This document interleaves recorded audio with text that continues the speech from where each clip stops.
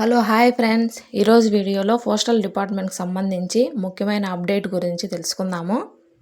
ఈరోజు లేదా రేపు జీడిఎస్ రిజల్ట్ రాబోతున్నాయి. ఈ రిజల్ట్లో 70%, 80% ఉన్నవారికి జాబ్స్ వస్తాయా లేదా అనేది మనం మాట్లాడుకుందాం.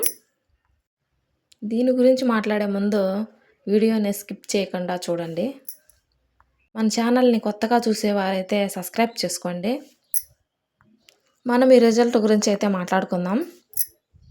నోటిఫికేషన్లో మెన్షన్ చేశారండి. అదేంటంటే కరోనా బ్యాచ్ వారికి 66.6% మాత్రమే తీసుకుంటాము అని ఇచ్చారు.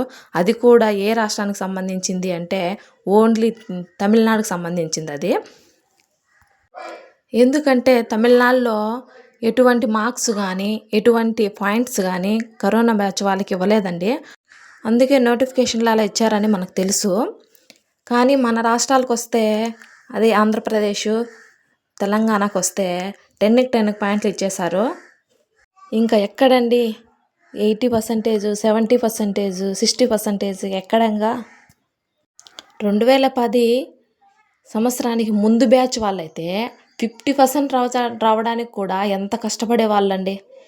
ఇప్పుడున్న వాళ్ళకైతే 100% 10కి 10 పాయింట్లు ఎంత బాగా వచ్చేస్తాయండి వాళ్ళకి.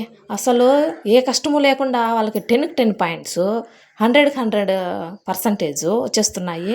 ఇంకా ఎక్కడ జాబ్స్?